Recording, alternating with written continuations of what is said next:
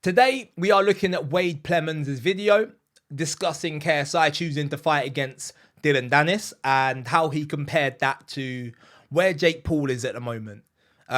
Wade's is an opinion that I respect a lot. So, yeah, interested to get into this. This is the same thing that I have told you guys for years and years and years as to why I would favor Jake in a fight is because he dedicates time to the sport that JJ will not. And it's proven in a couple different ways. One. Okay. Who you want to pick out of KSI and Jake Paul, like, is neither here nor there. But I can tell you from experience, right? JJ had some time out of the ring after the Tommy Paul fight. And after that, for a significant period of time, he has been locked in, has got himself back in great shape, has been sparring, has been active, and is dedicated to it. And he loves doing it. So there's definitely a level of commitment there. And also from a pedigree perspective, KSI does not have the greatest resume. I'll be honest with you. But Jake Paul's last fight was against a 58-year-old man. Like, let's not act like Jake Paul's been fighting all of these credible boxers and KSI hasn't, because neither of them have. And they both fought one proper boxer who wasn't really old, and they both lost to him on points. And I would say that KSI was closer to beating Tommy than Jake was. So I feel like that might be a little bit unfair. What I just told you, that JJ's got other ventures and he's exploring those and then coming back to boxing. But two, it's the fact that they picked Dylan Dennis as the opponent. I want you to ask yourselves why you think that is. I'll give you the answer.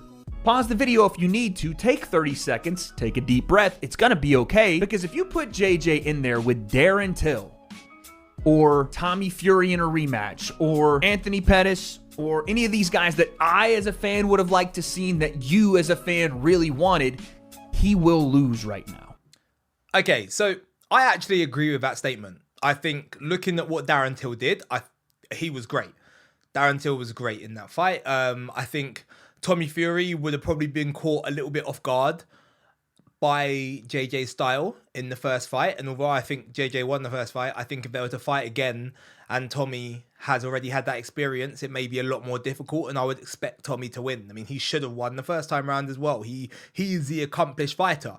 But I think if you put Jake Paul in there against Tommy Fury again, by the way, I'm not talking about Tommy Fury who's been struggling with his alcoholism, but actually a fit, prepared Tommy Fury, Tommy beats Jake again as well.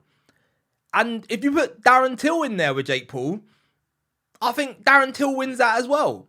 So again, I think your assessment of KSI not being the favourite in a fight against Tommy Fury or Darren Till is completely correct. But Jake wouldn't be a favourite either. Like, his last win was against a 58-year-old man who had a surgery a few months before and couldn't walk. Like, I feel like we've got to be fair to both sides. And I'm sorry to say that, but it's the truth. And I don't just think that. His own team has to think that, because I think if they believe that JJ really would win, he was not going to be an underdog in those fights, they would have made him. Because the risk and reward is something that JJ thrives on. The risk it for the biscuit, the thing that makes him who he is. If they felt he would win, they would make the fight. And the fact that they... Okay, so again, I think there's some credence towards this, but sometimes it's also about building. Sometimes there's also an understanding that ring rust is real. And you got to take it step by step, and you need to build up to the bigger and the larger challenges. And I think that most people would say that that is a sensible route to take. And I don't think there can be much criticism of that. Do you know what I mean? I've said myself, if JJ doesn't have a big fight at the back end of this year against somebody that we think is seriously credible and there's serious jeopardy, I'd be disappointed. But to start things off, I think this is completely normal. The fact that they've made this fight with Dylan Dennis tells me that they don't know how committed JJ is to this right now. And as much as we want to sit there and point the finger at London shoot fighters, maybe that's the case, that, you know, what Leon said is they're protecting the bag, but sometimes you got to protect your fighter. And if JJ's not committed, if he's not in the gym training every day, pushing himself to be on the level to compete with a Darren Till, who is a fighter's fighter, who trains every day, that does not have sidemen and does not have these outside ventures distracting him, or just replace Darren with somebody else, Tommy Fury, Anthony Pettis, Jake Paul, Tyron Woodley, whoever, the risk of running that fight while your fighter is not prepared is not worth putting them in there. Even if we were prepared, right? Anybody, Jake Paul, KSI, me, Salt Pappy, Gib, Slim, anyone you can think of, Darren Till's beating all of us, even if we're prepared. Right now, Darren Till's beat. You call any of us, any of those names I've just mentioned, and you say you got 8 weeks to prepare, Darren Till's winning.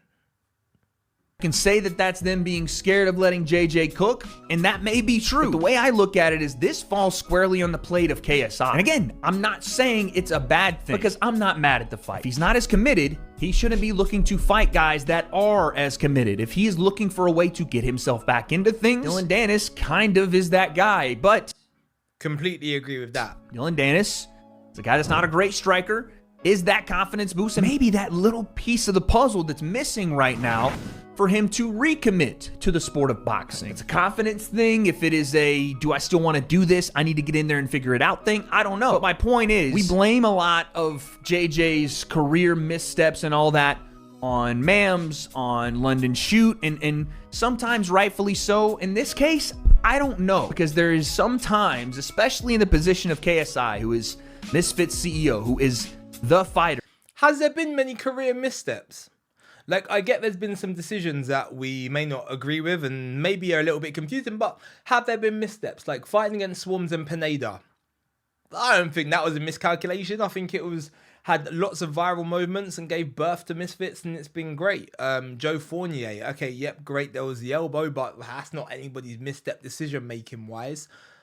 Wayne Bridge would have been a good step to bridge the gap between where he's going to get to. Like, I feel like Mams and other people get like a lot of criticism, but I can't really think of like what this one colossal mistake was. Like, there's a loss on the record, but the loss came to somebody so much more experienced. Like, I just question whether we're being highly critical. And I know it sounds like I'm defending him, but I just want, like, I'm looking at it as a fighter, right?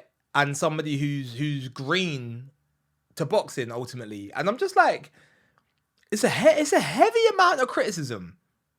Do you know what I mean? It's a heavy amount of criticism for somebody who just wants to get out and fight and have a comfortable return to the ring.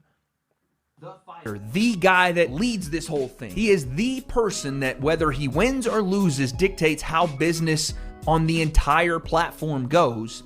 He has to make that decision on what it is he wants to do. Does he want to do YouTube and Sidemen and music, or does he want to fight? Because that's the level of... Well, clearly he wants to do all of it. And he's been doing all of it. And doing all of it pretty well. Like, the biggest criticism a lot of people have of people in this scene is that when they stop doing their stuff away from boxing and do nothing but boxing, it's like, oh no, but you're supposed to be influencer boxers, etc., etc. So if JJ's doing all of it and making it work, what's the problem? That's a good thing. And I think everybody can train for a few hours a day and do whatever else they're doing as well. Like, I think it's completely doable if you have the willpower and the drive to do it. Commitment it is going to take to make up the ground that he is losing by taking time off. And that's the most true way I can say. And again, I'll reiterate this. There is no need to compare KSI to Jake other than KSI himself doing it. KSI and Jake Paul have both fought against one professional boxer under the age of 30, and they both lost to that boxer on points. That's why there's still a comparison. Until Jake Paul fights a credible pro boxer of the same age range, these questions are definitely going to be there. That's why we're comparing still. He should stop that. If he's not going to commit in the way that he needs to build himself back to that position, he should probably stop. Because you can't talk that talk unless you're willing to walk the walk. Again, not saying JJ isn't. All I mean is you have to do. Jake Paul's talking about walking that walk at a stupid weight when JJ should be fighting at 175. And Jake said that he wanted to campaign in professional boxing as a light heavyweight. That would be 175 as well. Now there's all this talk of 190, whatever, blah, blah, blah, blah, blah. So I think there's a lot of talking and not a lot of walking going on both sides. Like, That's KSI and that's Jake. Not saying JJ isn't. All I mean is you have to do it. Yeah, I don't know. I feel like a lot of what Wade has said is just a little bit biased, and just not quite fair. I think on both sides of the fence, both of them have proven themselves to be of a similar pedigree.